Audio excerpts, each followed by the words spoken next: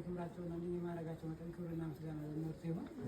እሺ ያው ይህ ገዳም አፍሮ ገባም ዳግማዊ ቱሬል አቡነ ዘርአብሩክ አንድነት ገዳም ነው የሚባለው። ይህ ዋሻ ዓለም ሲፈጠር የነበረ ዋሻ ነው ማለት ነው።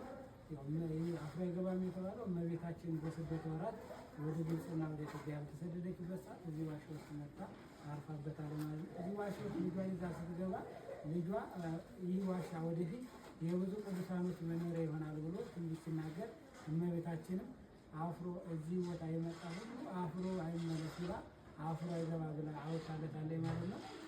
ታላቁ አባታችን አቡነ ተክለ ሃይማኖት እዚህ ዋሻ ውስጥ መጥተው ሱባኤ ይዘውበታል። እንዲሁም የስማቸው መጠሪያ የሆነላቸው ጻድቁ አባታችን አቡነ ዘርአብሩክ እዚህ ዋሻ ውስጥ መጥተው ይህ ቦታ መባረክና መቀደስ በጾምና በጸሎት ከቆዩ በኋላ መድኃኒዓለም ለአቡነ ዘርአብሩክ ርስት አድርጎ ሰጥቷቸዋል ማለት ነው። ቃል ኪዳን ገብቶላቸዋል። እዚህ ቦታ መጥቶ ደጅን የረገጠ ጸበል የሚጠቀመጠ ወንድ ልጅ እንደ 40 ቀን ሴት ልጅ እንደ 80 ቀን ሕፃን አደርግልሃለሁ። እንዲሁም እዚህ ቦታ መጥቶ ጸበል ተጠምቆ ሄዶ 77 ትውልድ እምርልሃለሁ ብሎ ለአቡነ ዘርአብሩክ ቃል ኪዳን ገብቶላቸዋል ማለት ነው። የአቡነ ዘርአብሩክ ቃል ኪዳናቸው ቃል ኪዳን የተሰጣቸው 491 ቃል ኪዳን የተሰጣቸው እንዲሁም ባለ 12 ክንፍ ታላቅ አባታችን ናቸው አቡነ ዘርአብሩክ ማለት ነው።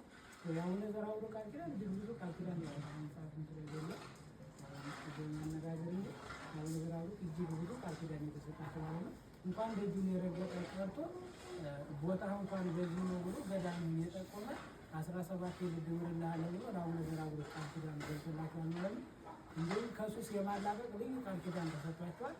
ቦታውን የረገጠ ደጅ በስም የተናቸዋል። ከሱስ የማላቀቅ ልዩ ቃል ኪዳን ተሰጥቷቸዋል ማለት ነው። ከዛ በተለይ ዋሻ ስትመለከቱት ያለምንም ምሰሶ ነው የቆመ። ይሄ የሚታየው ሰፊ ነው። ከዚህ ከሚታየው ጀርባ ደግሞ ሌላ ሰፊ ዋሻ አለ ማለት ነው። ሰፊ ነው ከዚህ ወደዚያ ያለው ማለት ነው።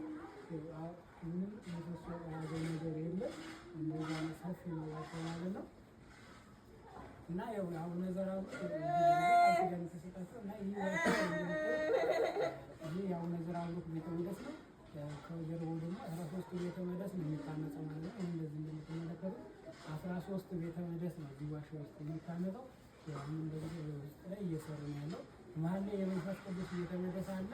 ያን ይዞ 13 6ቱ ወደ ቀኝ 6ቱ ወደ ግራ 13ቱ ቤተ መቅደስ የሚታነጽበት ከዚህ ከሚያይ ጀርባ ነው 13ቱ ቤተ መቅደስ የሚታነጸው ማለት ነው። ይህ የምታዩት የምዕመናኑ ማስቀደሻ ነው። ይህ ደግሞ አውደ ምሕረት ነው። ጸሎተ አውደ የሚደረግበትና በክብረ በዓል ሰዓት ጥር 13 ያቡነ ዘርአብሩክ የዕረፍታቸው በዓል ይከብራል።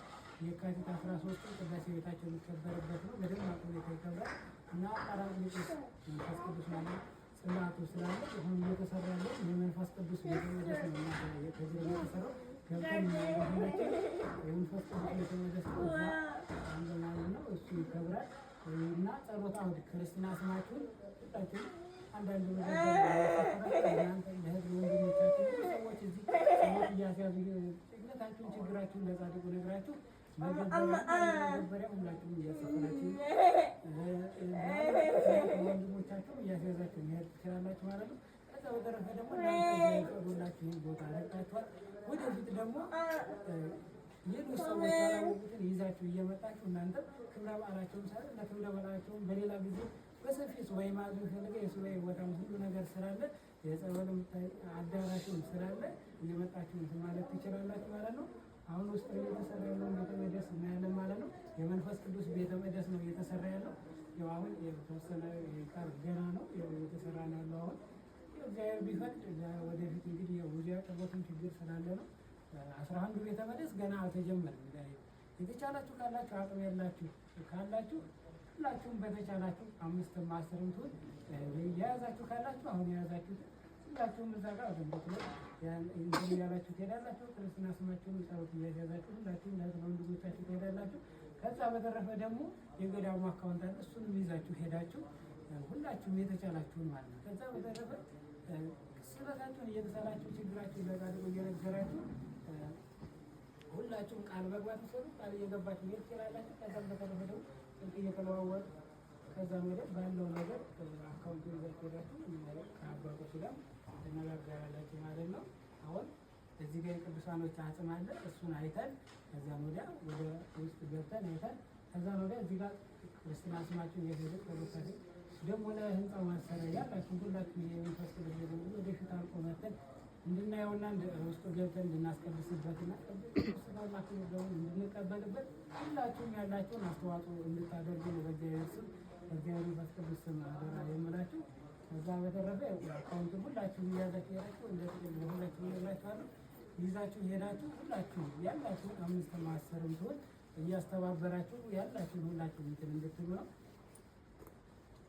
እንደ ጥቅል አካውንት አሁን ተወላ ወይ በኋላ እዛው ደምረቱ ጋር ወይ እነግራችኋለሁ።